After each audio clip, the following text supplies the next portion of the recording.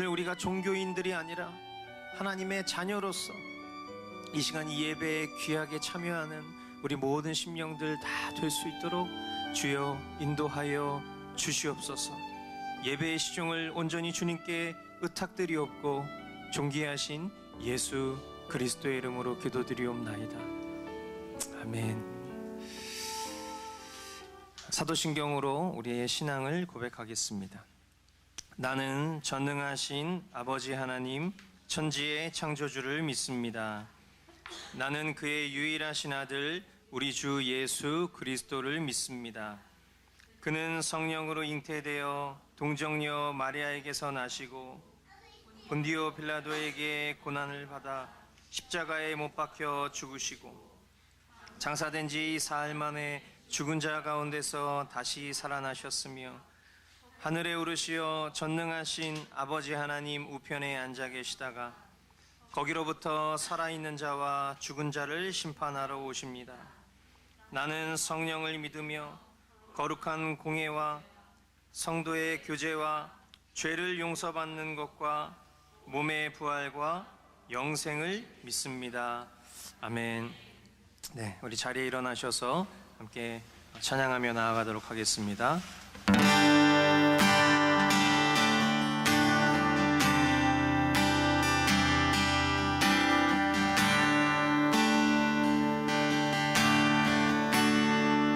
모든 민족에게 모든 민족에게 주 성령 부어주소서.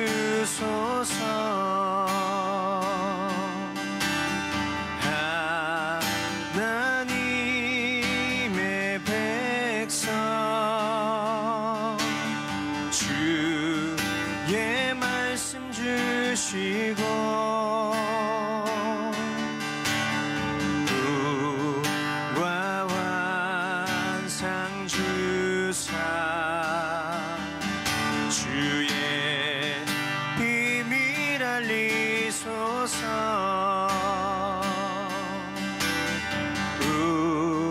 우리 믿사오니 하늘이 주의 날 선포케 하소서. 그날에 주의 영이 임하여 금붕이 땅 위에 일어나리라. 모든 영혼 깨어 일어날 때 주 예수를 부르는 자는 구원되리. 모든 열방에게 모든 열방에게 주 성령 부어주소서.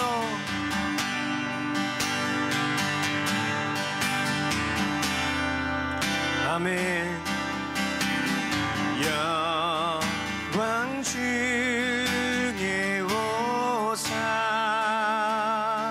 주경 외하게 하시고 크신 능력으로 크신 능력으로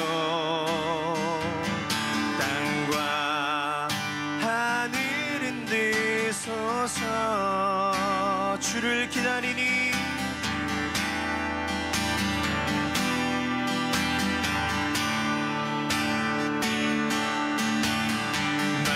만물이 주의 날을 보게 하소서.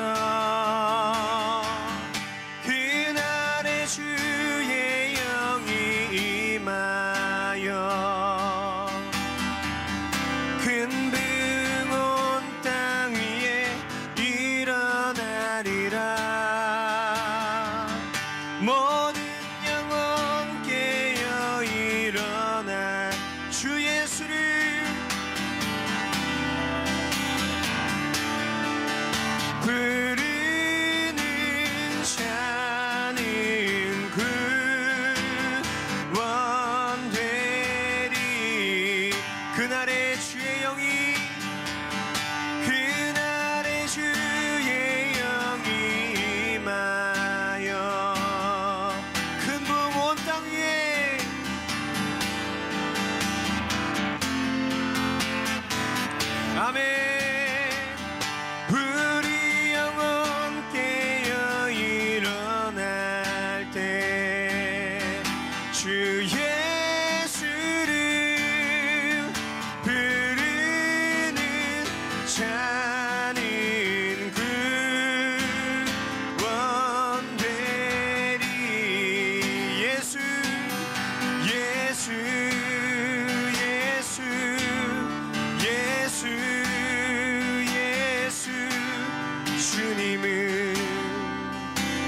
사랑합니다. 예수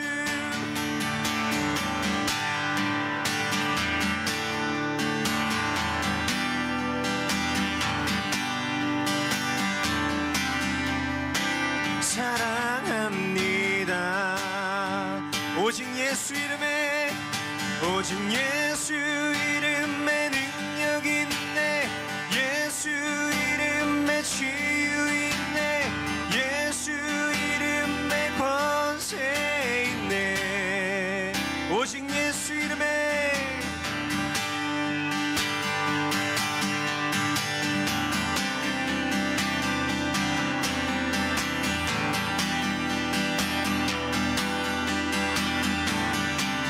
믿음으로 다시 한번 선포합시다.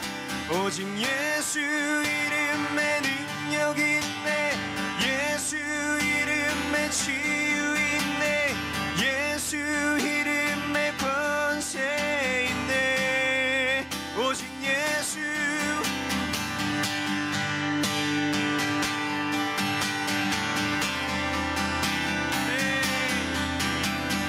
예수 이름에 구원 있네. 예수 예수 예수 예수 주님을 사랑합니다. 예수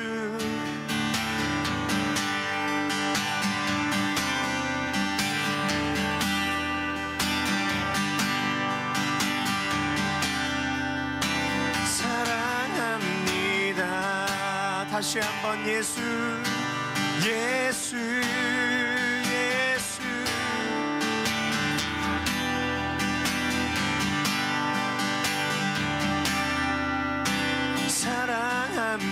사랑합니다. 예수 예수 예수 예수 예수 주님을 사랑합니다. 예수는 그리스도 예수는 그리스도 예수는 주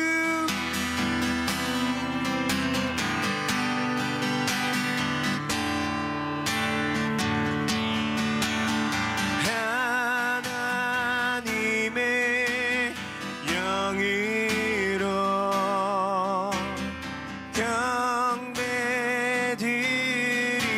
경배드리리. 지존하신 주님 지존하신 주님 이름 앞에 모든 무릎 꿇고 다 경배해. 거룩하신 주님 보좌 앞에 엎드려 전하세. 다시 한번 고백합시다. 지존하신 주님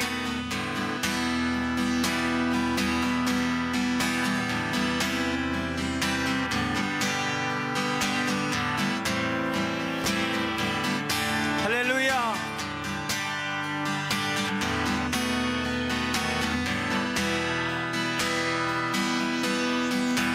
엎드려 절하세. 예수는 그리스도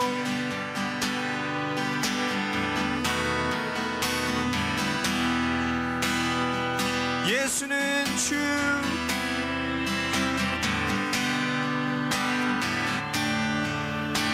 아멘. 하나님의 영으로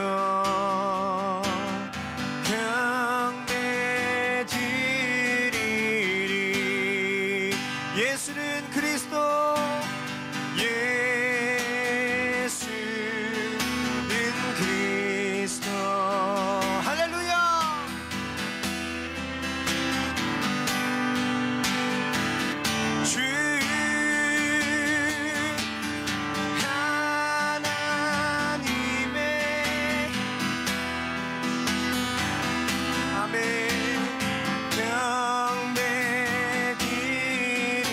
경배드리리. 목소리로 다시 한번 고백합시다. 예수는 그리스도.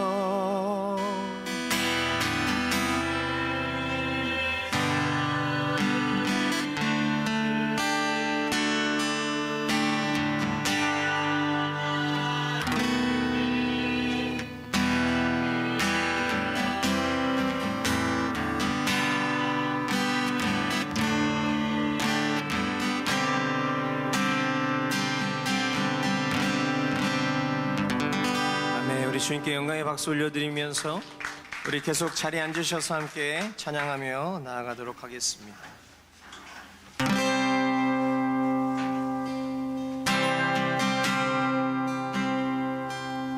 예수 안에 능력이 있네. 나 힘이 없어 쓰러질 때도 넘치는 사랑 그 능력으로 승리 얻으리.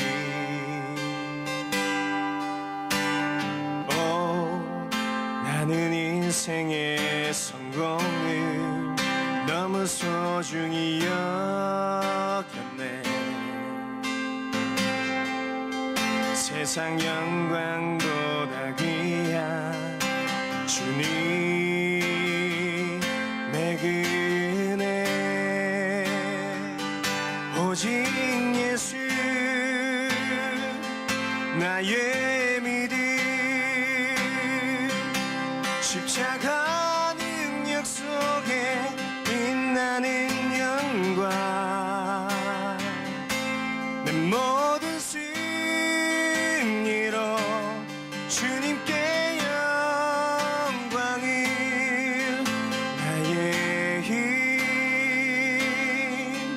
나의 소망 오직 예수. 다시 한번 예수 안에 영광 있네. 주 은혜로 나 구원 얻었네. 나 오직 주의 은혜로서 나의 부족함 이길 수 있네. 나 이제 세상 명예보다 주님 알기 원해. 주의 축복 감사하며 주의 영광 높이리.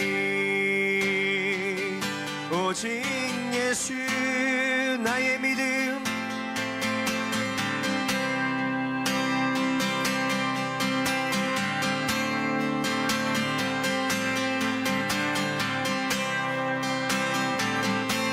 내 모든 승리로 주님께 영광을. 나의 힘 나의 소망 오직 예수. 오직 예수 나의 믿음.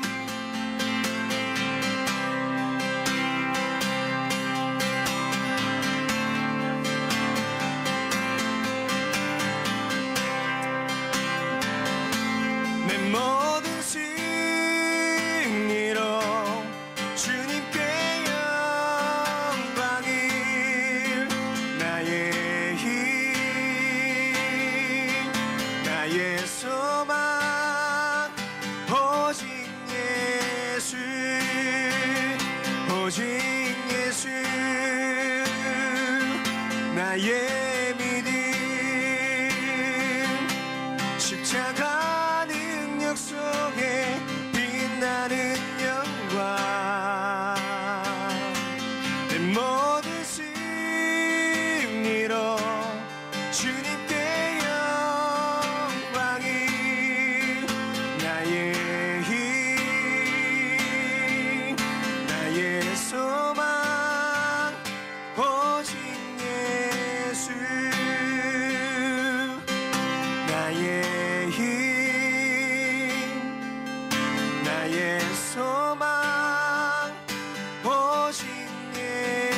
예수.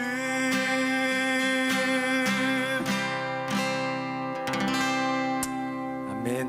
아멘. 우리의 힘과 또 능력 또 소망 되시는 우리 주님만 우리 바라보는 공동체 되기를 소망합니다. 우리의 그 소망과 또 우리의 그 갈망을 주님 앞에 담아서 우리 서보은 형제가 우리 공동체를 대표해서 기도하도록 하겠습니다. 하나님, 오늘 예배 가운데에서도 우리가 주님을 사랑한다 고백하였습니다. 하나님, 그러나 온전히 주님을 사랑한다고 고백하지 못하게 하는 우리의 과거의 죄들, 그리고 오늘까지 또 지어온 죄들, 우리를 얽매는 죄의 노예됨이 우리 마음 가운데 있습니다. 그러나 주님, 오늘도 우리를 불쌍히 여기셔서 우리를 사랑하셔서 허락하신 오늘 하루, 오늘의 이 예배 가운데에 온전히 또 주님께서 우리를 향한 그 부르심에 순종하며 나아갈 수 있도록 하나님 은혜를 베풀어 주옵소서. 하나님, 그러므로 인해서 오늘 고백한 이 찬양처럼 주님만이 나의 힘, 나의 소망임을 정말 온 마음 다해 진심으로 고백할 수 있는 우리 머스트 교회 될 수 있도록 아버지 인도해 주옵소서. 하나님, 또한 우리 또 스토어십 특별 집회가 있습니다. 하나님, 그 예배 가운데 정말로 주님을 찾고 갈망하는 사람들이 그 예배 가운데 나와서 온전히 주님 만나고 돌아갈 수 있는 그 예배의 시간 될 수 있도록 아버지 인도하여 주옵소서. 아멘. 예수님의 이름으로 기도드립니다. 아멘. 아멘. 예, 감사합니다. 예, 오늘 사도행전 강의 25번째 시간인데요. 본문이 사도행전 13장인데 양이 굉장히 많습니다.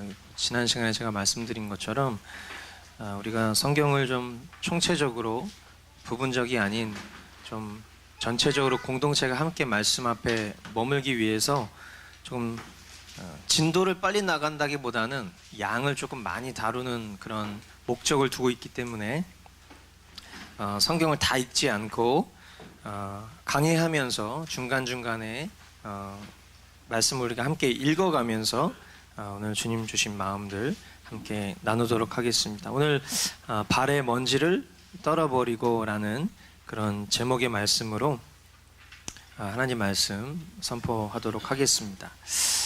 오늘 본문에 보면 사도행전 23장에 보면 안디옥 교회가 등장을 하는데 여기 이 안디옥은 수리아 안디옥 교회입니다. 이따가 이제 구분을 지어서 안디옥이라는 동명의 지명을 가지고 있는 그런 곳이 나오기 때문에 좀 구분을 짓자면 수리아 안디옥 지역에 있는 안디옥 교회.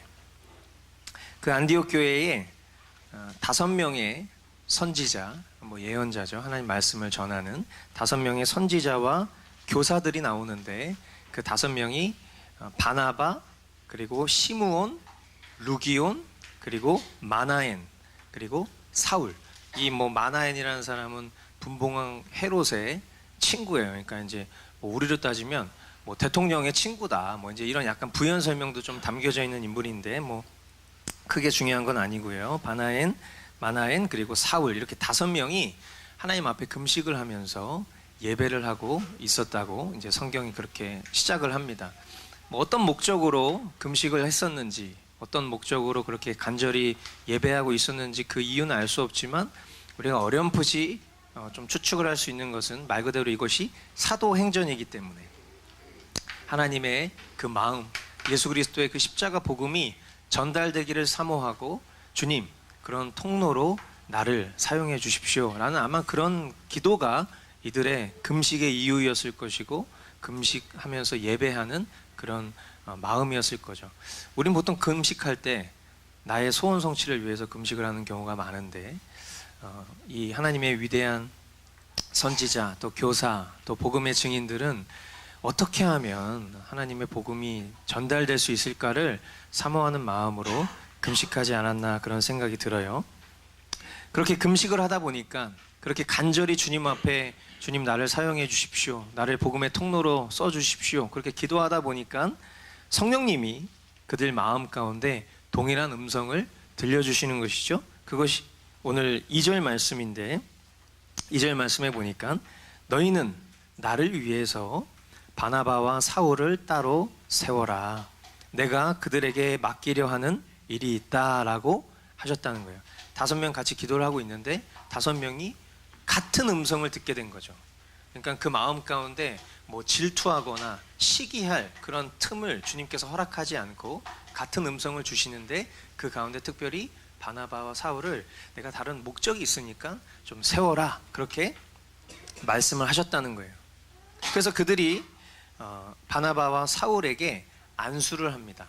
그러니까 서로가 서로에게 이제 안수를 하는데 특별히 바나바와 사울에게 안수를 하는 거죠. 그러니까 안수를 했다라는 것은 하나님께서 특별한 사명을 주신 자로서 그 사명을 온전히 감당하십시오라는 그런 의미를 갖고 있는 것이죠.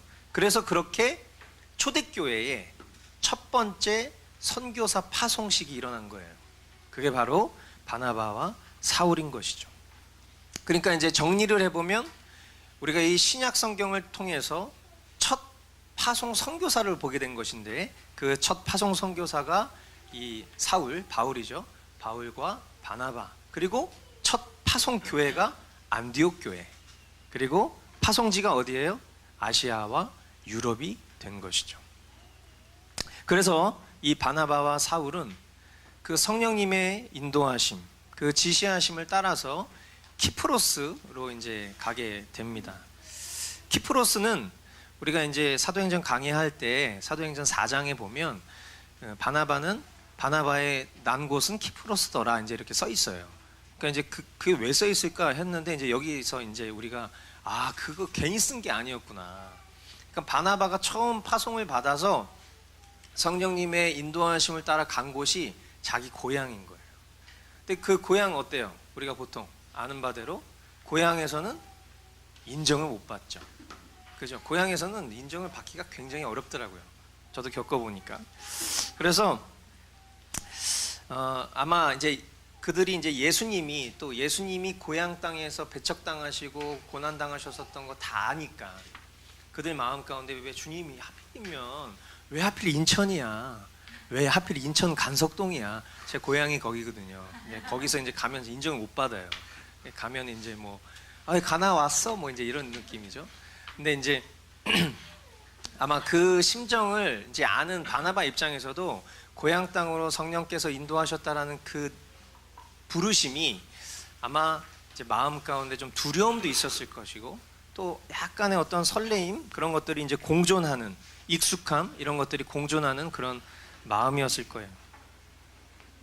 이제 성경은요 이런 배경을 쭉 설명을 한 뒤에 복음을 전하는 여정을 쭉 훑듯이 전하다가 바보라는 지역, 이름이 바보예요. 동네 이름이 바보인데 바보라는 지역에 있었던 일에 그 성경의 관점이 멈춰서 쭉 훑다가 이제 바보라는 지역에서 있었던 에피소드에 성경이 착 머물러서 그곳에 있었던 일들을 이제 오늘 구체적으로 설명하는 내용이 6절부터 이제 12절까지 나오는 내용입니다. 여러분 눈으로 성경을 보시고 제가 이렇게 읽어드릴게요. 그들은 온 섬을 가로질러 바보에 이르렀다. 거기서 그들은 어떤 마술사를 만났는데 그는 거짓 예언자였으며 바 예수라고 하는 유대인이었다. 그는 총독 서기오 바울을 늘 곁에서 모시는 사람이었다. 이 총독은 총명한 사람이어서 바나바와 사울을 청해서 하나님의 말씀을 듣고자 하였다. 그런데 이름을 엘루마라고 번역해서 부르기도 하는 그 마술사가 그들을 방해하여 총독으로 하여금 믿지 못하게 하려고 애를 썼다. 자, 여기 나타나는 이제 거짓 예언자 엘루마라는 건 뭐 박수무당, 뭐 주술사 이런 의미예요. 그러니까 이제 이런 거짓 예언자인 바예수라는 유대인이 있는데 바예수. 그러니까 이제 우리가 뭐 예를 들어서 호나우딩류 이러면 그 무슨 뜻이에요?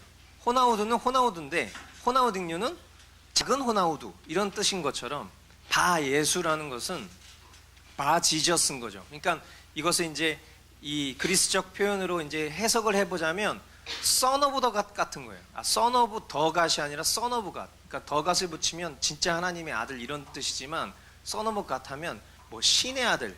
그러니까 지를 그렇게 부르고 다니는 거죠. 그러니까 나는 신의 아들이야. 내가 얘기하는 거 하나님 음성이야.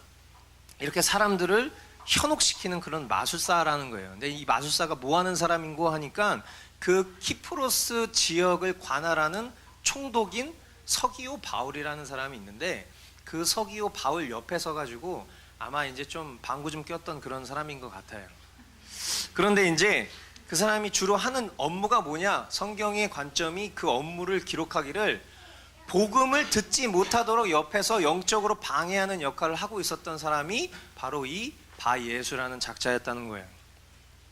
그런데 다행히도 서기오 총독이 지혜로운 사람이었기 때문에, 현명한 사람이었기 때문에 주님이, 그 말은 이제 가로 열고 성경에 써있지는 않지만 주님이 택하신 자였기에 아마 이렇게 써도 무방할 만한, 하나님이 택하신 사람이었기 때문에 그 사람 마음 가운데 감동이 일어나기를 바나바와 바울이라는 자가, 사울이라는 자가 이 지역에 도달했다라는 소문을 들었는데 그 사람들이 하나님의 말씀을 아주 능통하게 잘 전한다는 소식을 듣고 한번 그들에게 말씀을 듣고 싶다는 그런 마음이 갖게 된 거죠.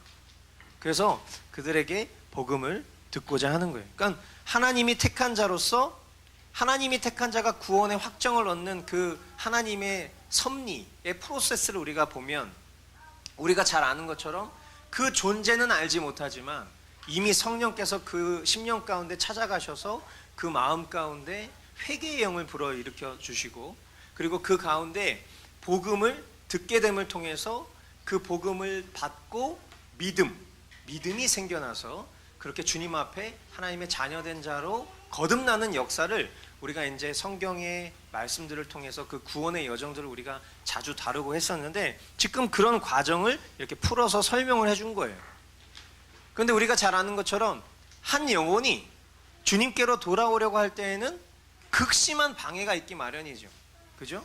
우리가 지난 한 주 우리가 태국에서 있었던 그런 소식들을 들으면서 우리가 또 금요일 날 말씀 기도회를 하면서 그때도 우리끼리도 그런 고백과 그런 나눔을 했지만, 야, 정말 어떻게 한 영혼이 주님께 돌아오는 일을 이렇게 극심하게 방해를 할 수 있는가.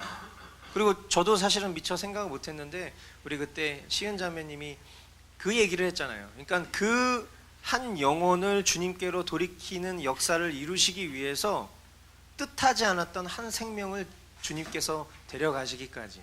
그러니까 우리가 성경의 어떤 구원의 역사들을 보면 한 알의 밀알이 땅에 썩어질 때 그것을 통해서 우리의 어떤 육적인 눈으로 그것을 우리가 판결할 수는 없지만 주님은 그 한 생명의 희생을 통하여서 그 땅에 복음화를 이루는 그런 기독교 역사를 이제까지 보여주셨었기 때문에 어떻게 보면 지금을 살아가는 우리도 지금 우리가 어떻게 보면 우리 태국에 있는 양진규 선교사님하고 우리가 이런 교통을 이루지 않았으면 그런 생생한 역사들 우리가 어딘가에서 그런 일이 있겠지 막연하게 생각하겠지만 우리가 이렇게 직접적으로 겪었을 때 그날 아침에 성경 꼭 공부하고 이제 주님 앞으로 좀 돌아오려고 마음을 먹고 있는 그 사람, 그 일터 앞에 치명적으로 사람이 죽는 그런 인명사고가 났을 때 그 마음이 아유 재수 못 붙었어, 내가 괜히 예수라는 작자 믿으려고 왔다가 패가 망신하게 생겼어, 이렇게 생각할 수도 있는 것을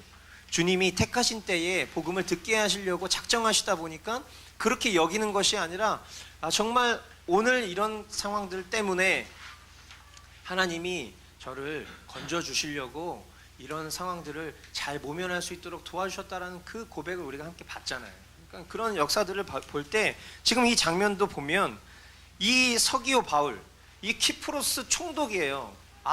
그냥 쉽게 말하면 우리로 따지면 이제 뭐 도의원 정도 되는 그런 사람인 거죠. 근데 그 어떤 명망한 그 한 사람이 주님께로 돌아오면 얼마나 놀라운 역사들이 많이 일어나겠네요. 근데 그것을 이제 옆에서 막 방해하는 일들이 있었던 것이죠.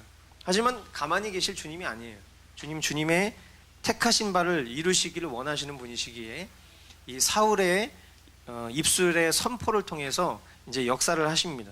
그게 이제 9절부터 12절까지 이제 나오는 내용인데, 그래서 바울이라고도 하는 사울이 성령으로 충만하여 마술사를 노려보고 말하였다.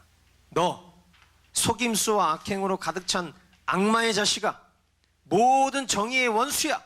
너는 주님의 바른 길을 굽게 하는 짓을 그치지 못하겠느냐? 보아라, 이제 주님의 손이 너를 내리칠 것이니 눈이 멀어서 얼마 동안 햇빛을 보지 못할 것이다. 그러자 곧 안개와 어둠이 그를 내리덮어서 그는 앞을 더듬으면서 손을 잡아 자기를 이끌어줄 사람을 찾았다. 총독은 그 일어난 일을 보고 주님을 믿게 되었고 주님의 교훈에 깊은 감명을 받았다. 아멘. 아멘. 주님이 하셨습니다.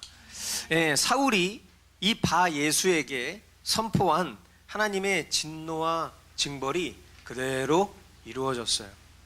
이 놀라운 기적의 역사를 통해서 서기오 바울 이 총독은 예수님을 믿게 됩니다. 주님의 공의와 심판을 통해서 이 마술사를 벌한 것도 굉장히 놀라운 일이잖아요. 그죠? 이 바울의 어떤 권세 있는 입술 끝에서 나온 그 선포 한마디 때문에 정말 그 하나님의 공의가 그 자리에서 실현된다는 것도 굉장히 놀라운 일인데, 그 상황을 통해서 이 로마 제국의 한 총독을 믿게 하신 그 구원의 역사는 정말 하나님의 주권적 섭리이다라는 것을 우리에게 다시 한번 깨닫게 하시는 일인 것이죠. 은혜인 것입니다. 아멘. 예. 우리가 이 사건을 통해서 잠시 우리가 우리가 붙잡아야 될 것이 있다면, 이처럼 저와 여러분들이 정말 복음을 전할 때 진짜 그 복음이 그냥 다른 복음이 아니라 나의 복음, 예수 그리스도, 정말 나의 복음은 다른 그 어떤 세상의 명예와, 우리가 오늘 찬양으로도 고백했지만 어떻게 하면 내가 어떻게 하면 성공할 수 있을까, 어떻게 하면 주님의 복을 끌어당겨서 나의 도구로 그 복을 사용해서 어떻게 하면 내가 세상 가운데 명예와 물질과 명성을 얻을 수 있을까 고민하는 그런 복음이 아니라, 예수 그리스도께서 나의 생명의 주관자이시고 구원자이십니다라는 이 고백이 정말 우리가 실제적으로 전하게 될 때에는, 그리고 그 얘기를 하기 위해서는 인간의 죄 문제, 우리가 조금 이따가도 얘기하겠지만 그 과정을 반드시 이야기할 수밖에 없는 상황 가운데 우리가 머물게 되면 여러 방해와 난간이 있다는 것을 기억해야 하는 거예요. 이 사건 그냥 우리가 스쳐 지나가는 것이 아니라 그냥 그런 일이 그들에게 있었대, 그게 아니에요. 이 말씀을 우리에게 보여주신 이유는, 머스트 교회야, 너희들이 정말 복음을 복음대로 전한다면 반드시 이렇게 주변에 방해하는 인간들, 너에게 어려움을 주는 그런 사람들이 있을 수 있어, 기억해, 말씀하시는 거예요. 그런데 더 분명하고 확실한 것은, 우리가 이 사건을 통해서도 봤지만 하나님의 일은 하나님께서 행하시는 거예요. 아멘? 예.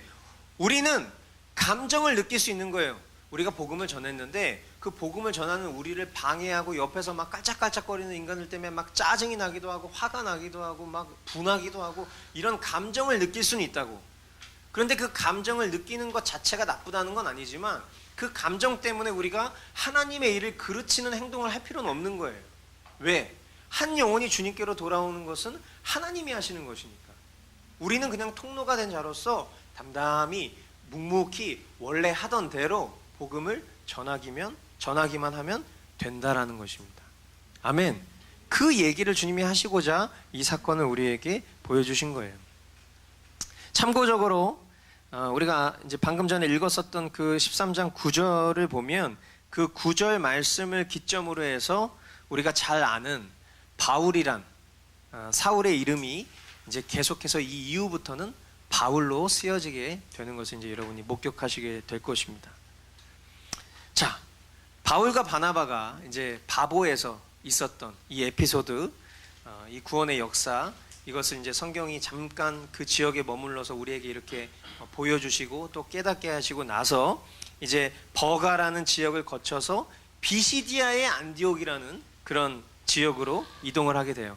안디옥에서 출발했는데 왜 또 안디옥으로 왔어? 이렇게 생각할 수 있을까 봐 아까 말씀드린 거예요. 처음에 출발했었던 그 안디옥 교회는 수리아 안디옥 교회고, 지금 이제 이동한 장소는 비시디아의 안디옥이라는 지역으로 이동을 하게 되었다는 거예요. 자, 때는 안식일이에요. 그리고 장소는 회당입니다. 그것은 이제 마치 우리가 이제 이렇게 모여서 주일 예배를 하듯이 이제 이 유대 신자들이 그들의 예배를 하고 있었던 것이죠. 회당에 모여서 안식일에. 예배 순서를 보니까 이제 율법서와 선지서를 낭독하고, 그리고 이제 이어지는 순서는 그 낭독한 말씀에 따라서 원래대로라면 회당장이 이제 하나님의 말씀을 강설해야 하는 어떤 그런 순서인 것이죠. 그런 순서인 것인데, 이제 사람 쭉 보니까 그것을 방문한 그 바울과 바나바라는 사람이 있는 거예요. 그러니까 바울과 바나바한테, 그러니까 지금 제가 생각해 보면 만약에 우리가 이제 이렇게 예배를 드리고 있는데 오늘 처음 보는 얼굴이 저기 이렇게 앉아 있는 거야. 근데 제가 이제 말씀을 전해야 되는데 말씀을 안 전하고, 저기 죄송한데 거기 저기 뒤에 있는 그 저기 잘생긴 우리 형제님 잠깐 앞으로 나오셔서 하나님 말씀 좀 전해 주시죠. 이런 거예요. 상식적이에요, 비상식적이에요? 비상식적이에요. 이거 그냥 우리가 대충 보고 넘어가면 비상식적인 일인데 그냥 그런가 보구나. 그게 아닌 거예요. 그러니까 놀라운 하나님의 역사인 거죠. 하나님이 기회를 주시는 거예요. 거기 모여있는 그 유대인들한테 복음을 들을 수 있는 기회를 여시고자 그 회당장 마음 가운데 생뚱맞은 마음, 저 사람들한테 이 하나님의 말씀을 강설할 수 있는 기회를 줘야겠다, 이런 생각이 있었던 거예요. 그래서 바울이 이제 나와서 오늘 우리가 이제 보는 이 본문 17절을 시작으로 해서 23절까지 이스라엘의 중요한 역사를 먼저 언급해요. 그러니까 설교를 쫙 하는데 그 중에 이제 17절부터 23절에 보면 이런 이제 말씀이 있죠. 하나님은 약속하신 대로 다윗의 후손 가운데서 구주를 세워 이스라엘에게 보내셨으니 그가 곧 예수입니다. 라는 이 예수, 그러니까 우리가 마태복음 1장에 보면 그 예수 그리스도의 혈통에 대해서 쫙 나오잖아요. 그러니까 그 내용을 짧게 좀 압축해서 스크린하듯이 이 17절부터 23절까지 우리 이스라엘 같은 동포로서 우리 이스라엘의 역사가 어떠한지 여러분들도 다 아시겠지만 우리 이러이러했었고 이러이러해서 지금 우리가 예수 그리스도를 보게 된 시점까지 온 것입니다. 여기까지 이제 전할 때까지 성부 하나님을 함께 믿는 동포로서 성부 하나님이 약속하신 그 구원자 성자 예수님이 오시는 그 시점까지의 역사를 이렇게 나열한 거예요. 근데 제가 이제 이 말씀을 이렇게 묵상하고 설교문을 이렇게 작성하면서 막 점점 두근두근한 거야. 왜냐하면 이제 생각해 보세요. 바나바가 이제 하나님의 말씀을 이제 막 나누는 그 회당에 딱 머물렀을 때 그들은 그 하나님의 말씀의 본체이신 예수 그리스도를 전하려고 온 거예요. 근데 예수라는 이름이 등장하는 순간 그들이 어떤 반응을 보일지 그 사람들 알 거란 말이에요. 근데 이제 나와서 이제 말씀을 전해달라고 했을 때, 야, 이거 주님이 하시는 거구나, 그런 마음이 있으면서 담대히 이스라엘의 역사를 쭉 전했을 때 그 모여 있었던 그 사람들의 표정들이 되게 좋았을 거란 말이야. 우리 이스라엘 동포 여러분, 우리가 이런 민족이고 우리 민족 가운데 하나님이 이런 일들을 행하셨죠. 막 그러면 이제 거기서 막 아멘 막 했을 거 아니에요. 근데 그러다가 이제 점점 분위기가 뭐야? 이런 분위기로 이제 점점 흘러가는 거지. 그런데 그 하나님의 그 모든 약속이 예수 그리스도를 통해서 우리 가운데 성취된 것입니다. 이 얘기를 딱 하는 순간 그 회중들의 분위기와 이런 어떤 싸늘한 반응은 그냥 단순히 뭐야 저 사람, 이런 개념이 아니라 저 죽여야겠는데, 이런 눈빛으로 다 바뀔 것을 그들이 생각했을 거란 말이에요. 그 두려움이 있었을 거란 말이에요. 그러니까 조마조마한 마음으로 저도 이제 이걸 보게 된 거예요. 그러면서 거기에 머무르지 않고 이제 그 뒤로부터 이제 쑥쑥 얘기해 나가는 내용의 핵심은 뭐냐? 하나님의 백성이라고 일컫는 우리 이스라엘이 얼마나 그 하나님 백성인데 하나님 마음을 왜 모릅니까? 우리가 하나님 본심을 왜 모릅니까? 왜 우리는 이렇게 패역합니까? 왜 우리는 제멋대로 하나님이 원하시는 약속을 지키는 것이 아니라 왜 우리는 자꾸만 우리 식대로 하나님의 마음을 재해석하고 하나님의 그 본심은 죽여버리고 왜 우리는 이렇게 제멋대로 신앙생활을 하고 있는 것입니까? 라는 그 안타까움을 이야기하는 거예요. 수많은 역사 가운데 저와 여러분들이 좋아하고 존경하는 많은 선지자들이 지나갔는데 그 가운데 이스라엘 백성들에게 하나님이 보내신 메시아가 아닐까 생각하던 그런 훌륭한 선지자들도 있었지만, 이건 제 얘기가 아니라 이제 바울의 심정이 이러했을 거라는 거예요. 그 수많은 선지자가 있었지만 정작 하나님이 메시아로 보내신 아들 예수 그리스도는 왜 우리가 못 알아본 것입니까? 막 이제 그런 얘기를 하고 있는 거예요. 지금 알아보지 못한 것만이 아니라 우리가 그 예수님을 십자가에 못 박기까지 패역한 죄를 서슴지 않고 저지른 저주받아 마땅한 그런 우리, 그게 바로 이스라엘 우리 자신입니다 라는 그 얘기를 하는 거예요. 그러니까 이제 지금 막 분위기는 막 술렁술렁거리고 이제 막 사람들이 그 회당장을 막 원망의 눈빛으로 쳐다보면서 뭐야 왜 저런 인간을 앞에다 세웠어 막 이런 분위기일 거예요 아마. 그죠? 상황이.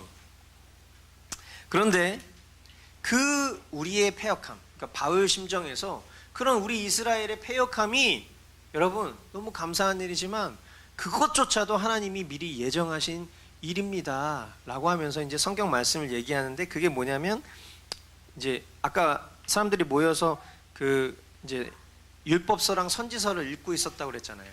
그러니까 그 율법서와 선지서 가운데에는 우리가 잘 아는 이사야서가 있단 말이지. 근데 그 이사야서에 보니까 53장 3절로 6절 말씀, 그들이 읽었던 거예요 지금 이 말씀을. 어떤 말씀이냐? 같이 한번 우리가 읽어보겠습니다. 시작. 그는 네 3절부터 그 앞에부터,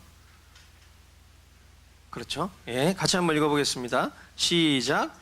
그는 사람들에게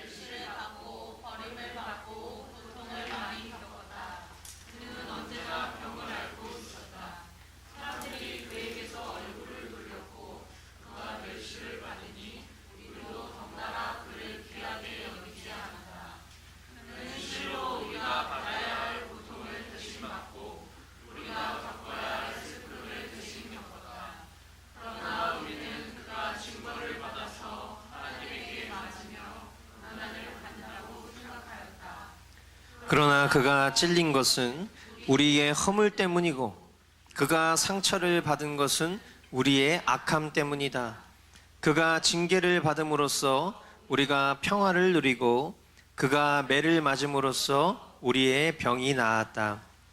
우리는 모두 양처럼 길을 잃고 각기 제갈 길로 흩어졌으나 주님께서 우리 모두의 죄악을 그에게 지우셨다. 아멘. 이 말씀을 이미 읽었던 거예요 이 사람들이. 근데 이게 뭔 말인지를 모르고 읽었던 거죠. 그런데 이제 이 바울이 이 말씀이 바로 우리가 죽인 예수 그리스도에 대한 얘기인 것입니다. 이 말씀의 성취, 우리의 그 패역함을 하나님이 선으로 바꿔주신 거예요. 그리고 이렇게 도살당한 어린 양처럼 죽은 예수님을 예수님 그냥 그렇게 죽여버리신 걸로 끝났다면 아무 의미가 없지만, 그 예수님을 살려주셔서 예수님이 하나님이 보내신 메시아라는 거예요. 어떻게 사람이 죽었다가 다시 살아날 수 있습니까? 근데 그 부활이라는 것 자체가 하나님의 아들이라는 것을 하나님이 우리에게 확인시켜 주신 증거인 것입니다. 그렇게 막 얘기를 하는 거예요. 그래서 그 예수님을 우리가 죽인 자들이지만 지금 우리가 회개하고 그 예수님을 나의 생명의 주님으로 믿기로 작정하면 우리 역시도 그 예수님이 부활하신 것처럼 죽어도 영원히 살고 하나님 나라의 백성이 될 수 있는 것입니다 라는 이 복음을 바울이 선포하고 있는 거죠. 그러면서 바울이 이제 그 정도에서 머무르지 않아요. 바울은 이 영광스러운 영생, 하나님 나라의 영원한 백성으로 살아갈 수 있는 그 자격을 얻기 위해서 우리가 반드시 통과해야만 하는 복음의 요점이 있는데 이제 그것을 전하기 시작하는 거죠. 그게 38절로 39절 말씀인 거예요. 그러므로 동포 여러분, 지금 이제 동포 여러분 이렇게 딱 얘기했을 때 막 사람들 막 분위기 안 좋단 말이에요. 술렁술렁거리고. 그런데 그러므로 동포 여러분 잘 들어보세요. 바로 이 예수로 말미암아 여러분에게 죄 용서가 선포된다는 것을 알아야 합니다. 여러분이 모세의 율법으로는 의롭게 될 수 없던 그 모든 일에서 풀려납니다. 믿는 사람은 누구나 다 예수 안에서 의롭게 됩니다. 아멘. 예, 예수님을 메시아로 알아보지 못하고 예수님을 그 죽인 죄, 정말 저주받을 만한 죄가 분명해. 그 죄뿐만이 아니라 그가 살아왔었던, 우리 아까 형제님이 기도하면서도 고백했지만 우리가 살아오면서 지었던, 그리고 지금까지도 짓고 있는 그 죄 플러스 하나님을 죽인 죄, 이거 어떻게 용서받아? 율법 지킨다고 용서받아? 절대 용서 못 받아요, 여러분. 그러나 하나님은 그런 우리를 너무 사랑하셔서 우리를 그 저주 아래 내버려 두시지 않습니다. 저와 여러분이 이제까지 어떻게 살았고, 어떤 죄를 저질렀고, 얼마나 형편없었는지 그런 것은 구원의 자격이 되지 않습니다. 지금 바울이 얘기하는지 제가 얘기하는지 구분이 안 갈 정도로 바울이 얘기하고 싶은 내용과 제가 전하고 싶은 내용이 똑같은 거예요. 근데 그런 저와 여러분, 이제 그 시점을 그 회당장에서 지금 이 머스트교회 예배당으로 딱 돌이켰을 때 우리에게도 들어야 될 복음을 지금 주님 우리에게 말씀하시는 거예요. 우리가 얼마나 형편없는지는 우리 자신이 잘 안단 말이에요. 우리가 하나님의 자녀이고 하나님의 백성이고 예수님을 주로 고백한다고 여기는 사람들임에도 불구하고, 그래서 이 자리에 나와서 이 주일날 아침에 졸린 눈을 부비고 그래도 이렇게 예배하겠다고 이 자리에 왔는 그런 우리조차도 우리가 얼마나 더럽고 추악한 그런 죄인된 행실을 갖고 살아가는지 주님 다 아신다고. 그런 우리에게, 그런 형편없는 우리에게 참으로 기쁜 소식이 있다면 그것은 그 죄를, 그 형편없는 나를 용서해 주실 수 있는 유일한 분이 예수님이라는 사실을 알게 된 거예요. 이 세상 그 누구도 내 죄, 공개된 죄를 용서할 수 있는 법적 테두리는 있을 수 있겠지만 내 마음 깊숙한 곳에 버젓이 자리 잡고 있는 그 연약한 죄의 문제는 해결해 줄 수 있는 존재는 이 세상 아무도 없어요. 그런데 그것을 용서해 주실 수 있는 분이 있다는 거예요. 그것을 해결해 주신 분이 있다는 거예요. 그것을 탕감해 주신 분이 있다는 거예요. 이것보다 더 기쁜 소식이 어디냐? 그분이 예수님이라는 사실을 믿어야 한다는 거예요. 아멘. 여러분, 인간의 가장 근본적인 문제가 뭡니까? 죄 문제예요. 죄 문제. 그렇기 때문에 하나님의 구원의 핵심도 바로 이 죄 문제의 해결에 있는 거예요. 사람은 스스로 자신의 죄 문제를 해결할 수 없습니다. 그죠? 우리가 희한한 일이 있어요. 내가 뭔가 신앙생활을 좀 잘하는 것 같고, 내가 뭔가 하나님 말씀 앞에 머물면서 그래도 예전보다는 내가 정말 신앙이 많이 좋아진 것 같다라고 내가 생각할 즈음에 우리 마음 가운데 찾아오는 감정이 있어요. 뭐냐면 분명히 잘 사는 것 같은데 점점 더 비참해 보여. 그거 희한하죠? 그죠? 예전에는 나 이 정도면 괜찮지 않나? 이 정도 생각도 갖고 살았을 법해요. 근데 지금 삶을 보면 내가 정말 하나님 말씀 앞에 머물기를 힘쓰고 내가 그 하나님 말씀을 순종하면서 지키려고 노력하고 그렇게 제법 그래도 좀 거룩한 성도로 불리울 만한 그런 삶을 살고 있다라고 표면적으로는 보이는데 내 마음은 여전히 점점 그러면 그럴수록 비참함을 많이 느끼는 거예요. 당연한 거예요. 그게 되게 좋은 거예요. 왜? 그런 비참함을 느끼면 느낄수록 이 비참함 가운데에서 나를 건져주신 그 예수님의 십자가가 얼마나 위대한지를 깨닫기 때문에, 그리고 그것 말고는 소망이 없다는 것을 깨달을 수밖에 없기 때문이에요. 그래서 내가 더 이 비참함 가운데서도 소망 되신 그 예수 그리스도만을 바라봐야 되겠구나라는 그 마음이 믿음을 지키는 행위가 되는 거예요. 아멘? 예. 율법을 다 지키면, 착하게 살면, 덕을 많이 쌓는다고 우리의 존재적 죄 문제가 없어지는 것이 아니에요. 상쇄되는 것이 아니에요. 그래서 하나님께서는 인간이 하나님의 아들 예수 그리스도를 믿음으로 죄를 용서해 주시고, 마치 하나님이 이렇게 말씀하신 거죠. 이제 너를 더 이상 내가 죄인이라고 부르지 않을 거야. 내가 너를 의롭다고 여겨줄 거야 라는 그런 칭의의 선포를 해주시는 것이죠. 할렐루야. 이 귀한 고백들이 담겨져 있는 대표적인 말씀, 우리가 두 부분만 같이 살펴볼 텐데, 우리가 잘 아는 로마서 3장 20절로 24절 말씀 같이 한번 여러분 심령에 새기는 마음으로 읽어보도록 하겠습니다. 시작. 그러므로 율법의 행위로는 하나님 앞에서 의롭다고 인정받을 사람이 아무도 없습니다. 율법으로는 죄를 인식할 뿐입니다. 그러나 이제는 율법과는 상관없이 하나님의 의가 나타났습니다. 그것은 율법과 예언자들이 증언한 것입니다. 그런데 하나님의 의는 예수 그리스도를 믿는 믿음을 통하여 오는 것인데, 모든 믿는 사람에게 미칩니다. 거기에는 아무 차별이 없습니다. 모든 사람이 죄를 범하였습니다. 그래서 사람은 하나님의 영광에 못 미치는 처지에 놓여 있습니다. 그러나 사람은 그리스도 예수 안에서 얻는 구원으로 말미암아 하나님의 은혜로 값없이 의롭다는 선고를 받습니다. 아멘. 아멘입니다. 갈라디아서 2장 16절. 그러나 사람이, 같이 읽어보겠습니다. 시작. 그러나 사람이 율법을 행하는 행위로 의롭게 되는 것이 아니라 예수 그리스도를 믿는 믿음으로 의롭게 되는 것임을 알고 우리도 그리스도 예수를 믿은 것입니다. 그것은 우리가 율법을 행하는 행위로가 아니라 그리스도를 믿는 믿음으로 의롭다고 하심을 받고자 했던 것입니다. 율법을 행하는 행위로는 아무도 의롭게 될 수 없기 때문입니다. 아멘. 아멘. 바울은 이 지금 간곡한 호소, 이 선포를 이제 듣고 있는 그들의 심령까지도 헤아리고 있습니다. 어떤 마음이냐면, 이제 우리도 복음 전해보면 알지만 복음을 딱 전할 때 사람들이 반응하는 태도가 있어요. 그죠? 그 보이지 않는 그 희한한 프로세스가 되게 똑같아. 그죠? 근데 이제 이렇게 딱 전할 때 그 사람들 마음 가운데 이 마음을 받지 않으려고 하는 그런 인간의 완악한 마음이 있을 것이라는 걸 이제 예측을 한 거예요. 그래서 하박국서에 있는 그 예언서의 말씀을 인용하면서 경고해요.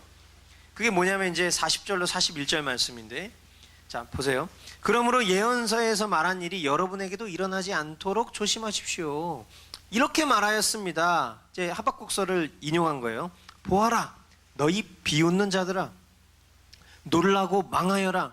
내가 너희 시대에 한 가지 일을 할 터인데 그 일을 누가 너희에게 말하여 줄지라도 너희는 도무지 믿지 않을 것이다.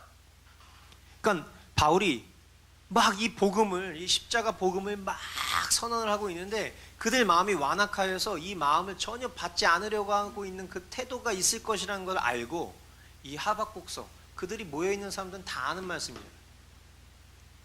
얘기해도 듣지 못할 거야. 근데 그런 저주받은 운명이 너가 되어서는 안 돼 라는 그런 경고를 하면서 지금 전하고 있는 이 복음 생명으로 받아야 돼 라는 그런 마음을 전하는 것이죠. 우리가 이제 이 말씀을 통해서 좀 깨달을 수 있는 것 중에 하나는 뭐냐면, 이 믿음이라는 것이 우리가 믿고 싶다고 해서 믿어지는 게 아니에요. 그러니까 이제 가끔 그런 분들이 있어요. 내가 신앙생활 이렇게 오래 했는데 제 믿음이 자라지 않는 것 같아요, 이렇게 얘기하시는 분들이 있어요. 물론 우리가 게을러서, 믿음은 어떻게 함으로 낳는 거죠? 들음에서 나는 거예요. 그러니까 내가 믿음이 오랫동안 신앙생활을 했는데, 종교생활을 했는데 믿음이 자라지 않는 가장 큰 이유는 사실 근원적으로는 이제 진단을 해보면 성경을 읽지 않을 가능성이 많아요. 그러니까 오랫동안 신앙생활을 했는데 성경을 몰라. 그러니까 당연히 믿음이 자라지 않는 건 당연하지. 근데 종교생활은 열심히 해가지고 굉장히 뭔가 교회의 어떤 그런 생활, 이런 건 되게 잘해. 익숙해. 막 봉사도 잘하고, 막 섬기는 것도 잘하고, 뭐 이렇게 언어 이런 것들도 대충 괜찮게 막 한다고. 근데 믿음에 대한 얘기를 하면 졸아. 아니면 잘 몰라. 그 대표적인 이유는 성경을 읽지 않았기 때문입니다. 그죠? 근데 믿음이라는 건 이런 어떤 우리의 막 종교적인 열심으로 성장하는 것도 아니고, 그렇다고 반대로 우리가 게을러서 성경 말씀 멀리하라는 것도 아니지만, 중요한 것은 하나님께서 택하신 사람이라면 믿기 싫다고 그 사람이 아무리 도망 다녀도 결국에는 믿게 되는 거예요. 그리고 내가 정말 어떤 위대한 설교자의 설교를 들었어요. 저 목사님이 정말 설교가 정말 너무 좋대. 한번 저희 가서 우리 말씀 한번 들어보자라고 들었는데, 만약에 하나님 예정 가운데 없는 존재라는 말이에요. 그 유명한 설교자의 설교 가운데에 잘 수도 있어요. 그죠? 이런 경우 경험해 보시지 않았어요? 저도 옛날에 진짜 내가 이분 설교는 이 사람한테 한번 들려줘야 돼. 그리고 이분 설교를 듣고 절대로 얘가 벗어나지 않을 거야. 이런 마음으로 딱 데리고 갔는데 자더라고. 근데 희한해요, 진짜. 그러니까 우리가 하나님을 경외해야 되는 이유, 우리가 하나님을 두려워해야 하는 이유는 이 믿음이라는 거, 이거는 하나님께서 주시는 것이기 때문에. 그러니까 오늘 우리의 믿음을 우리가 보장할 수 없다라는 그 고백이 우리에게 오늘도 되게 하나님 두려워하는 마음으로 찾아오는 이유는, 내가 오늘 믿고 있는 믿음이 내 인생 전체를 통과했을 때 믿음을 가진 적이 없었더라, 이렇게 끝날 수 있다는 거예요. 그러니까 오늘도 우리는 하나님의 긍휼과 자비를 구할 수밖에 없는, 하나님 정말 저는 늘 봐도 소망이 없습니다. 전 정말 연약한 존재예요. 하나님 저를 긍휼히 여기셔서 제 믿음 앗아가지 말아주세요. 제 믿음 나날이 자랄 수 있도록 도와주세요. 우리가 그렇게 기도할 수밖에 없는, 그렇게 겸손케 할 수밖에 없는 그런 것들을 우리가 이 말씀을 통해서 깨닫게 되는 것이죠. 아멘. 예. 근데 너무 감사하게도요, 그 회당장에 모여있는 사람들이 수근수근거리고 막 술렁술렁거리고, 그 가운데 성경이 기록하고 있지는 않지만 중간에 몇 사람들은 막 소리 지르면서 나갔을 수도 있고 막 그랬을 텐데, 성경을 보니까 이 말씀에 상당히 귀한 반응을 보이더라는 거예요. 42절 보니까 그들이 회당에서 나올 때 무사히 그래도 설교를 끝냈어. 근데 그 사람들이 나오는 거야. 그러면 이제 우리가 이렇게 설교자가 이렇게 설교 끝나면 이렇게 회당 입구에서 아유 감사합니다 이제 이런 분위기 거기도 있었겠지. 근데 이제 회당에서 사람들이 나오는데, 사람들이 뭐라고 얘기하냐면 다음 안식일에도, 다음 주에도 이러한 말씀을 좀 해주십시오 라고 청했다는 거예요. 더 나아가서 43절에 보니까 회중이 흩어진 뒤에도 유대 사람들과 경건한 개종자들이 바울과 바나바를 많이 따랐다. 바울과 바나바는 그들에게 말을 걸면서 늘 하나님의 은혜에 머물러 있으라고 권하였다. 그러니까 어떤 분위기인지 아시겠죠? 예, 되게 삭막하고 쌀벌하고, 이거 내가 여기서 복음 전하다 돌 맞아서 죽을 수도 있겠다 생각하는데, 주님이 담대한 마음으로 바울이 십자가의 복음을 막 이렇게 선포를 하고선 나가다가 죽을 수도 있겠다 생각했는데, 거기 있는 사람들이 다음 주에 또 뵙겠습니다 막 이러면서 이제 가는 거예요. 그러면서 그 중에 몇몇 사람들이 남아가지고 좀 같이 얘기 좀 합시다, 교제 좀 합시다 하면서 그 가운데에서 이제 바울이 늘 주님의 은혜 가운데 머무십시오. 결론은 은혜밖에 없는 것 같아요. 그런 고백들이 있었다는 거죠. 자, 그리고 이제 성경은 한 줄을 건너뜁니다. 그 다음 안식일이 된 거예요. 바울과 바나바가 이제 지난주에 그 요청이 있었으니까 또 다시 회당에 갑니다.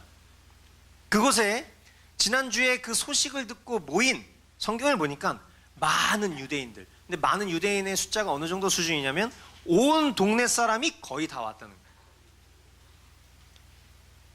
어마어마한 일이에요. 그죠? 미어 터지는 거죠. 우리가 지난주에 80명 받았는데 미어 터졌단 말이에요. 그죠?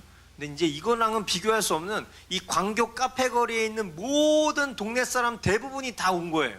소식을 듣고. 자, 하나님께서 이 하나님의 택한 백성에게 복음을 듣게 하시고자 이 복음에 대한 갈급함을 그 온 동네 사람들에게 부어주신 거죠. 그죠? 현상을 보는 게 아니에요. 현상을. 그 안에 담겨져 있는 의미를 생각했을 때 하나님이 그 마음 가운데 그 갈급함을 주신 것이구나.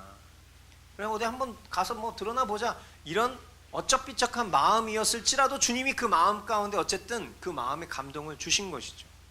굉장한 집회를 주님이 만들어 주신 거예요. 그런데 우리가 앞서 이 바예수, 그 바예수 사건을 통해서도 우리가 봤지만 구원의 역사가 일어나는 현장에는 반드시 극심한 저항이 있다 없다? 있죠. 44절로 45절 말씀해 보니까 그 다음 안식일에는 온 동네 사람이 거의 다 하나님의 말씀을 들으려고 모여들었다. 유대 사람들이 그 무리를 보고 시기심으로 가득 차서 바울과 바나바가 한 말을 반박하고 비방하였다. 자, 유대 사람들, 특별히 종교 지도자들일 텐데 아마 그 사람들이 많이 모인 것에 시기심을 갖게 된 거예요. 이거 여러분 느낌이 오십니까? 이거 어떤 상황이고 그 사람들이 가졌을 느낌 같은 거 있잖아요. 그렇게 모이라고 해도 모이지 않아. 근데 김용희 선교사님 온다 그러면 사람 많이 오고 막 다니엘 김 선교사님 온다 그러면 사람 많이 오고 그럼 마음 가운데 시기심이 있다 없다? 유가나 목사 마음에 있을까요 없을까요?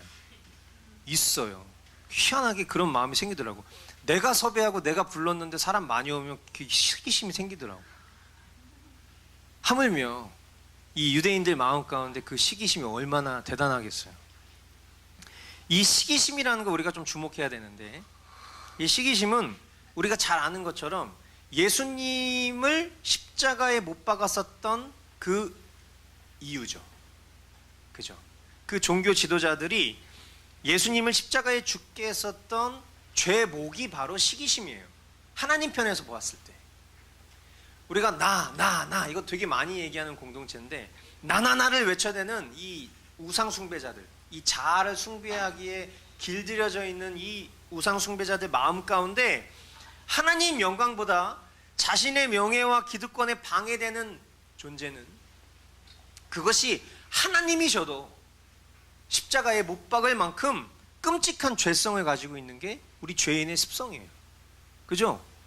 하나님의 아들이라는 걸 그들이 심중 가운데 몰랐던 게 아니란 말이야.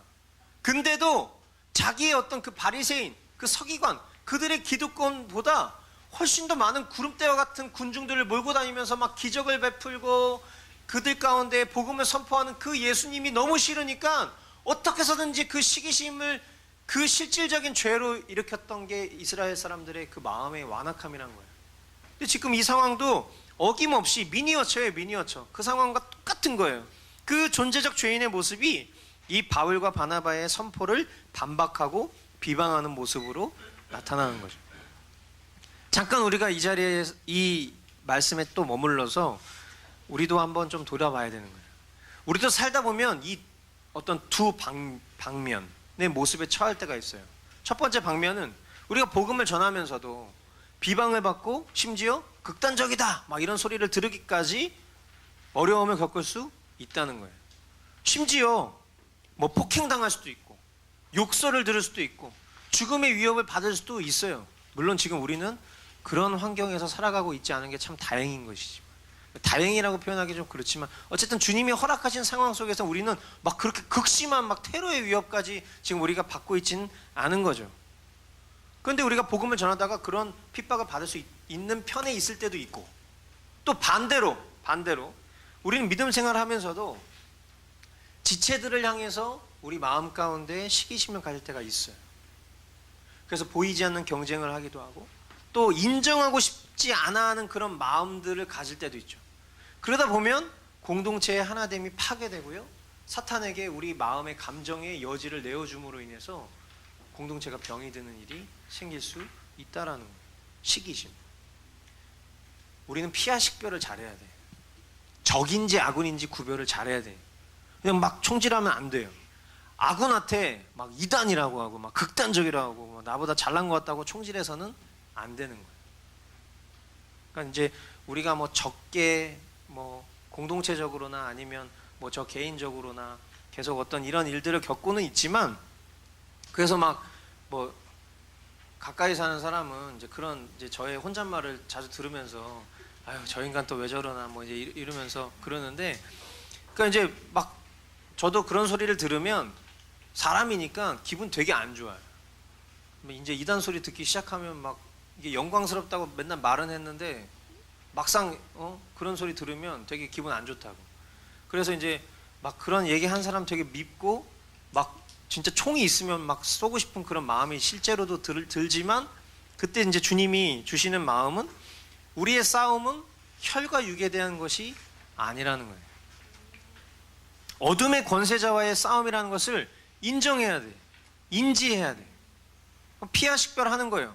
나한테 저렇게 얘기한 저 인간이 나쁜 인간이 아니라 저 인간의 마음 가운데 들어가서 그런 나쁜 마음을 주는 그 바예수 같은 인간들, 그 바예수 같은 그 마음을 가지고 있는 그 근원이 뭐냐는 거예요. 어둠의 권세자의 근원이 뭐냐는 거예요. 사탄이에요, 사탄. 그 사탄과 싸워야 되는구나. 저 영적 시선과 귀를 막고 있는 저 사탄과 우리가 싸워야 되는구나. 뭘로 싸워? 말씀과 기도로 싸우는 거야. 그죠? 괜히 가가지고 내가 복싱 6년 했는데 한번 맞아볼래? 필요가 없어. 아무 의미가 없는 거야.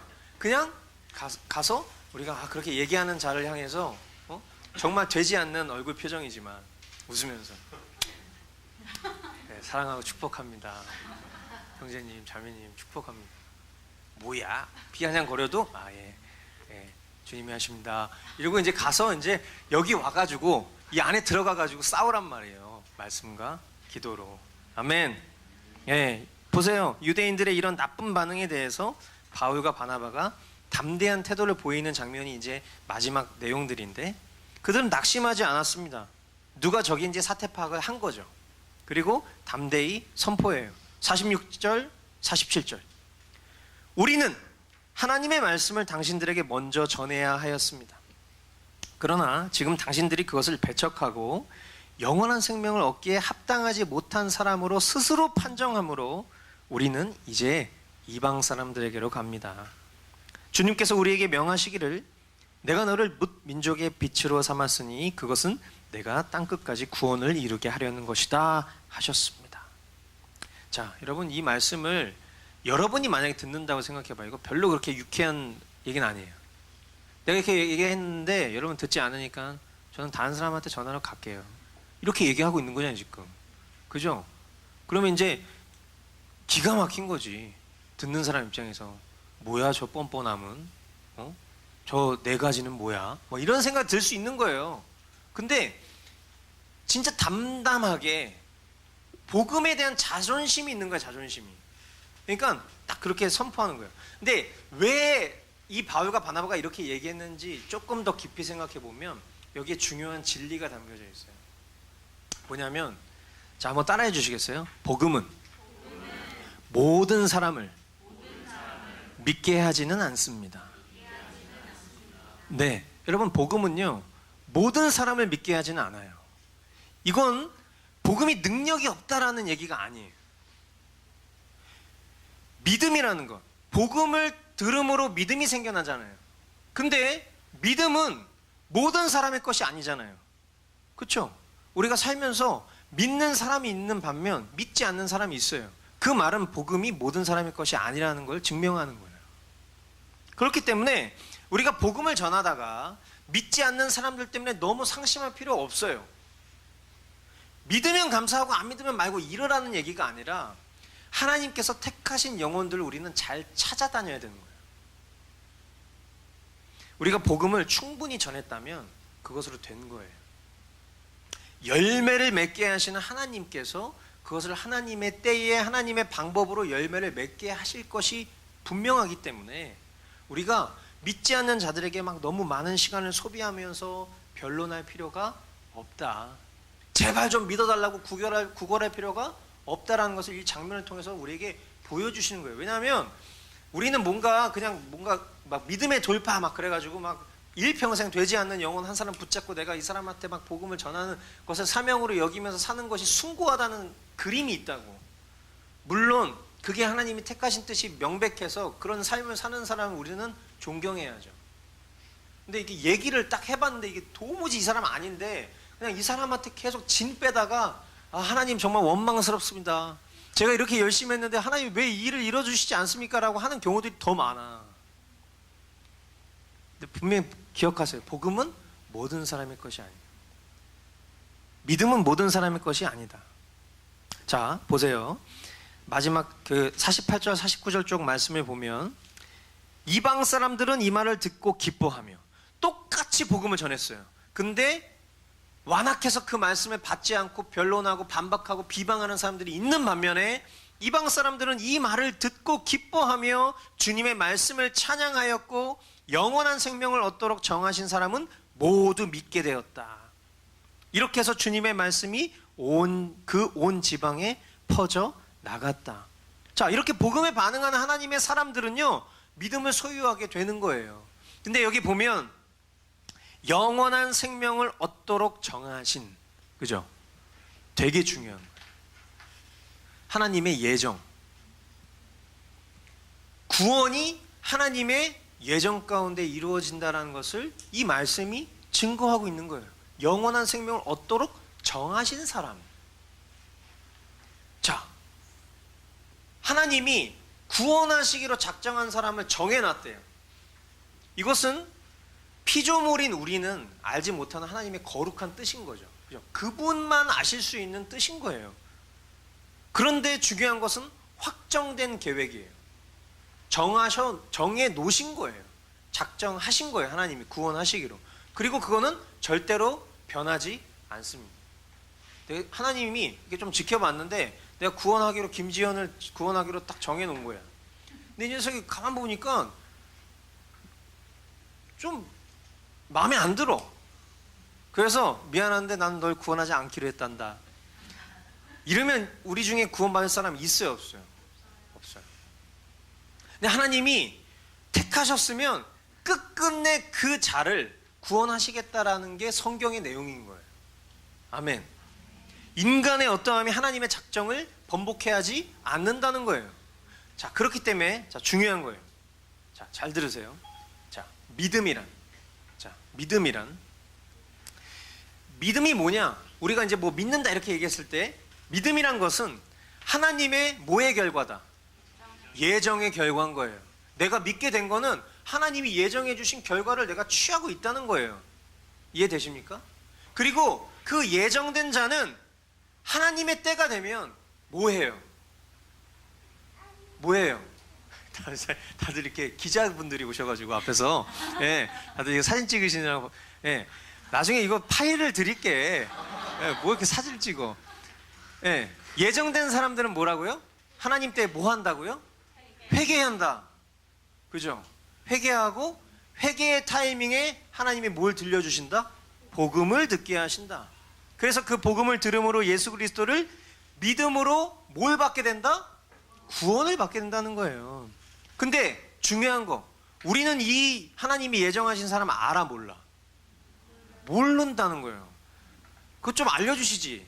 안경 딱 쓰면은 예정한 사람 아닌 사람 딱 알면 효과적으로 가서 딱 전하면 되는 거 아니에요.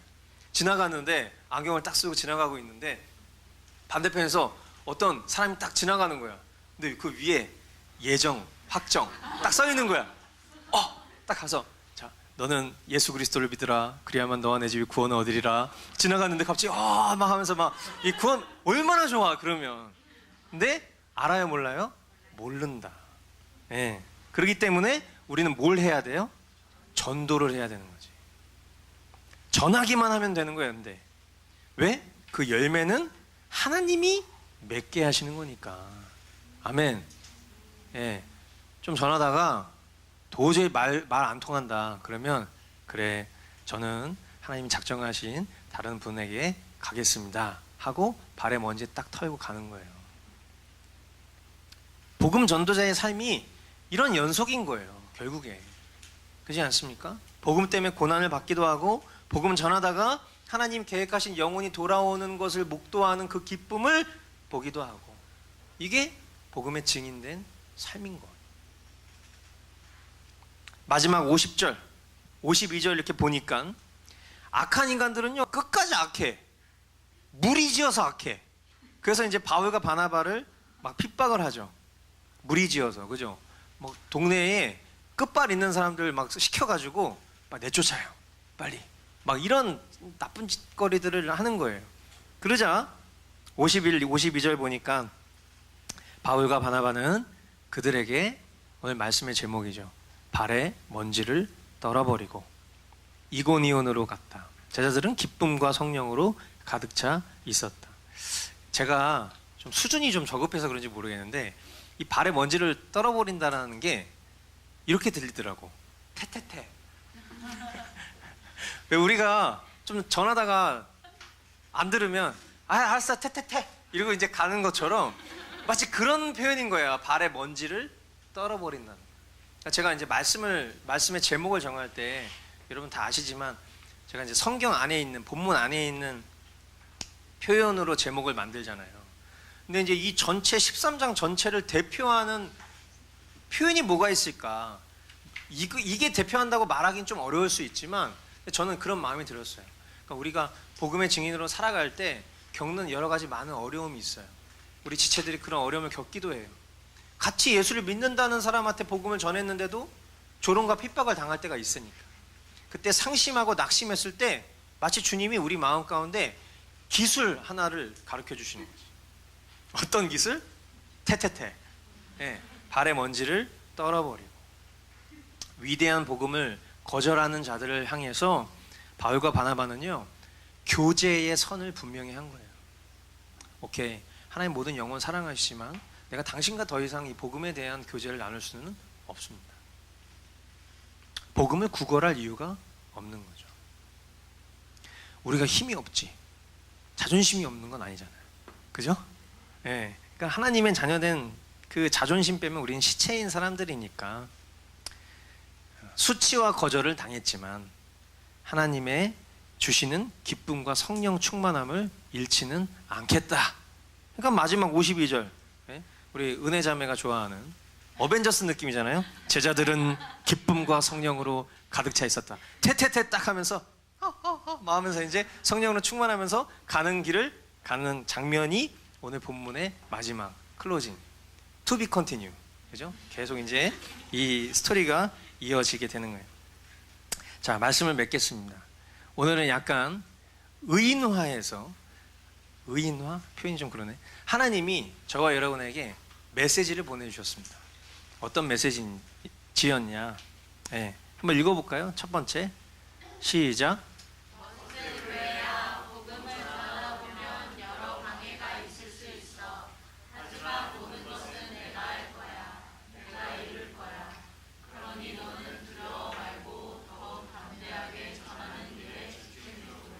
아멘.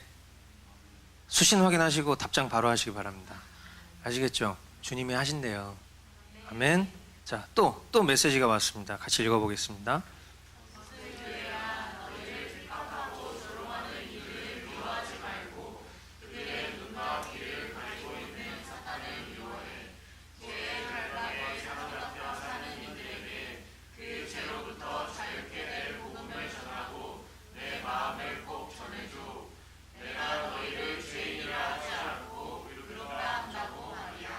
아멘. 아멘. 예. 세 번째 읽어보겠습니다. 시작.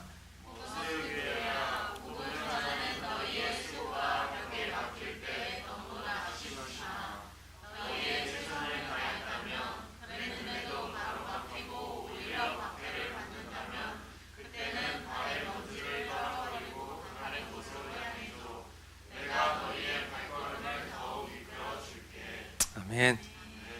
아멘입니다. 예, 주님께서 오늘 말씀을 통해서 친히 저와 여러분들에게 가르쳐 주신 이 귀한 마음들 우리 심령에 새기고 주님 다시 오시는 그 날까지 십자가 복음의 증인으로 더욱 나날이 담대해지시기를 주님의 이름으로 축원드립니다.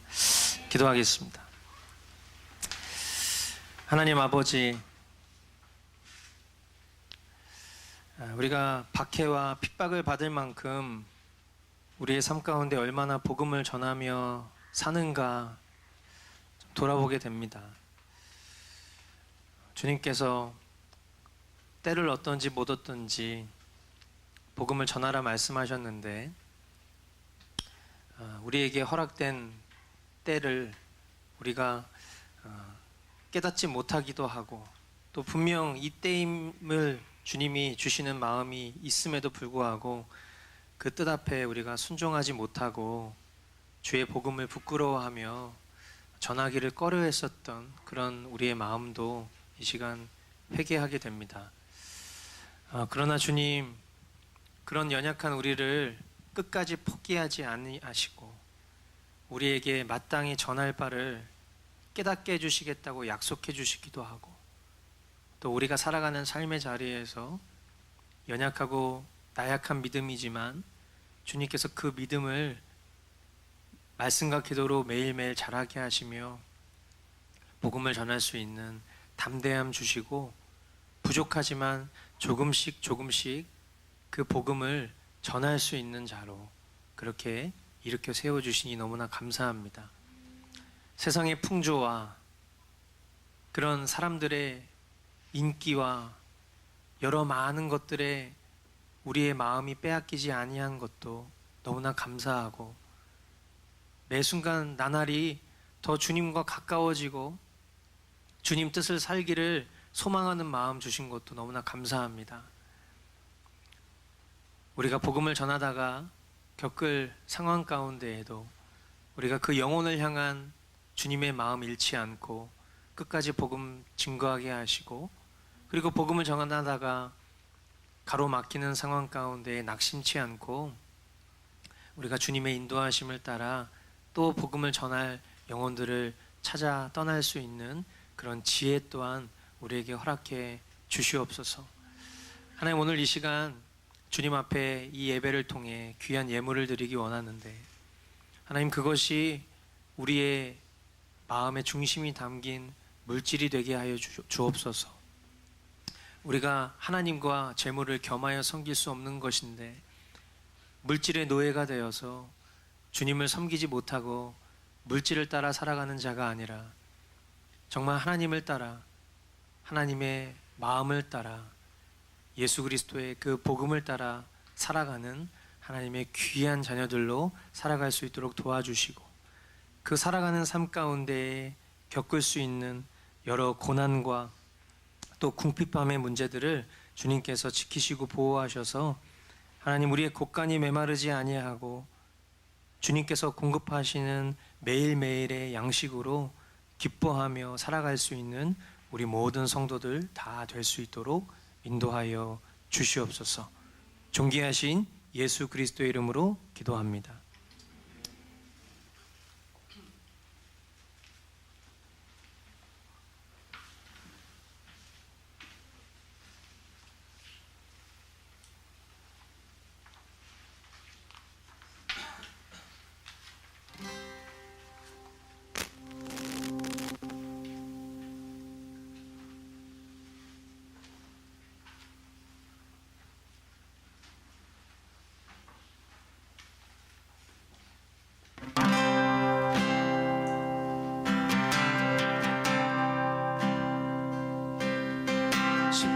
십자가의 복음, 긴 세월 방황 속에 실패로 쓰러진 날 일으키시네. 십자가의 복음,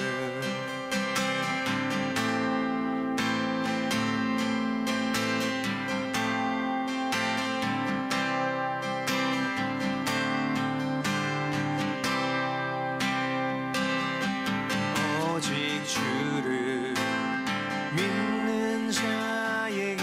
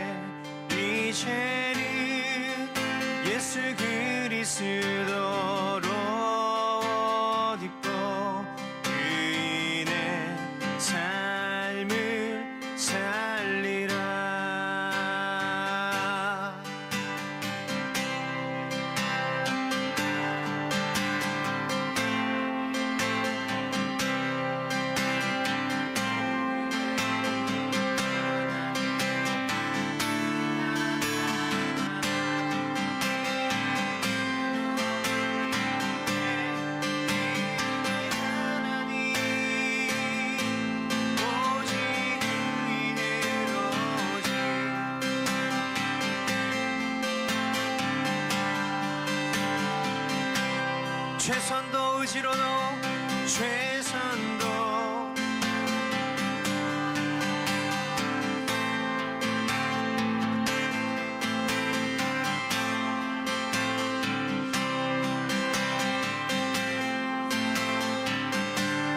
그분의 의가 내 의가 되었네.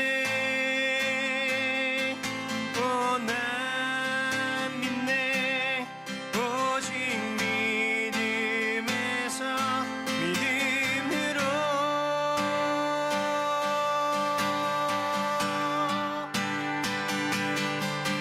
내가 복음을 부끄러워하지 아니하노니.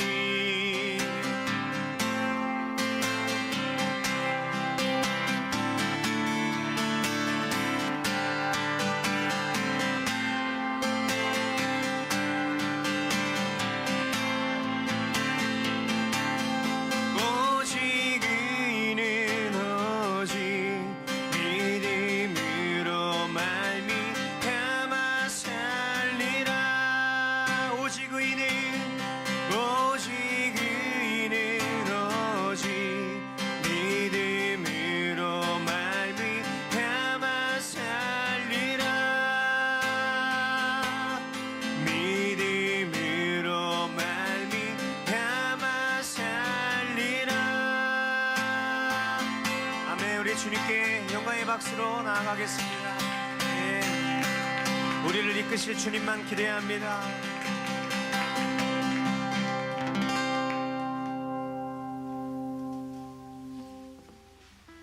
이제는 우리를 죄악 가운데에서 구원하신 아들 예수 그리스도의 은혜와 하나밖에 없는 아들 우리에게 전부로 내어주셔서 우리 한 사람 한 사람을 향한 사랑을 확증하신 성부 하나님의 지극하신 사랑과 지금 이 순간에도 우리의 가야 할 바, 우리가 붙잡아야 될 것을 우리 마음 가운데 감동하시고 인도하시는 성령 하나님의 위로 교통 역사하시는 은혜가